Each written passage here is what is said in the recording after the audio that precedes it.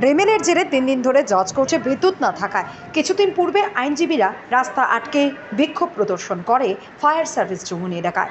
সেই সময় আইনজীবীরা এক বিদ্যুৎ দপ্তরের আধিকারিক অপু পালকে শারীরিক হেনস্থা করে বলে অভিযোগ।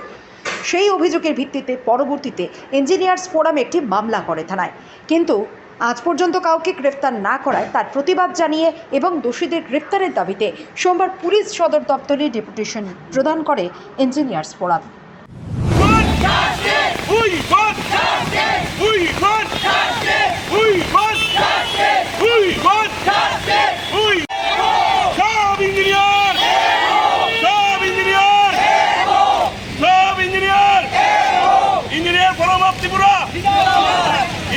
সবাইকে আমরা ইঞ্জিনিয়ার্স ফোরাম ত্রিপুরার পক্ষ থেকে আজকে এখানে ডিজিপি অফিসের সামনে আমরা এখানে বিক্ষোভ প্রদর্শন করছি। আপনারা জানেন বিগত 29শে মে আদালত চত্বরে কর্তব্যরত অবস্থা আমাদের অপু পাল জনৈক ইঞ্জিনিয়ার, ওনাকে কতিপয় আইনজীবী শারীরিকভাবে নিগৃহীত করে 29 তারিখ।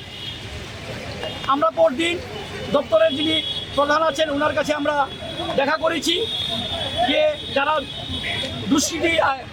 দোষী তাদের যাতে গ্রেপ্তার করা হয় বা এফআইআর করা হয় সেই ব্যাপারে আমরা মাননীয় এমডির সাথে আমরা দেখা করেছি। উনি কথা দিয়েছিলেন দ্রুততার সঙ্গে দেখবেন। সেই অনুযায়ী 31 তারিখ পশ্চিম থানা এফআইআর করা হয়েছে। আজকে 3 তারিখ এফআইআর করা সত্ত্বেও যারা প্রকৃত দোষী তাদেরকে গ্রেপ্তার করা হয় নাই। আমরা সোশ্যাল মিডিয়ার মাধ্যমে দেখতে পেয়েছি জনিত আইনজীবী যিনি বার কাউন্সিলের সভাপতি মৃণালকান্তি বিশ্বাস মহোদয়, ওনাকে আপনারা সবাই চিনেন, আমরা সোশ্যাল মিডিয়াতে দেখেছি। আমরা চাইছি যারা প্রকৃত দোষী পুলিশ প্রশাসন যেন তাদেরকে শনাক্ত করে অতি দ্রুত গ্রেপ্তার করে এবং আইন অনুযায়ী যেন ব্যবস্থা নেয়। আপনারা জানেন আইন সবার জন্য সমান, ছোট বড় এখানে নেই, ধনী দরিদ্র নেই। ভারতবর্ষের 2টা রাজ্যে এখনো বর্তমান এবং প্রাক্তন মুখ্যমন্ত্রীরা জেলে আছে।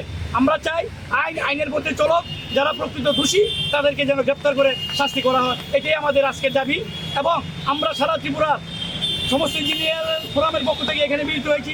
শুধু আগরতলা যারা কর্মরত তারা আমরা বেছে নিয়েছি মধ্যাহ্নের যে টিফিন আওয়ার 1টা থেকে 2টা, এই সময়টাকে আমরা বেছে নিয়েছি যাতে অফিসের কোনো কাজের ক্ষতি না হয়। আমরা এই দুর্যোগপূর্ণ প্রাকৃতিক একে অপেক্ষা করো আমরা এখানে মিলিত হয়েছি। আমরা চাই এটার একটা সুস্থ বিচার হোক। যদি তারপরও গ্রেফতার না হয় তাহলে আপনাদের কি পদক্ষেপ থাকবে?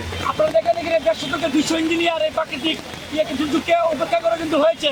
এটা তো মাত্র একটা ট্রেইলার, পিকচার তো আমি বাকি, এটা শুধু আগরতলার। আপনারা দেখবেন আগামী দিনে আমরা কি করি, আমরা সেইভাবে আমরা প্রস্তুতি নেব। আমরা এই বার্তাটা আপনাদের মাধ্যমে দিতে চাই যে পুলিশ প্রশাসন আছে, দেখি ওনারা কি করে আজকে পরবর্তী সময়ে আমরা সেভাবে সঠিক পদক্ষেপ নেব এবং আপনাদেরকে আমরা সময় মতো জানিয়ে দেবো।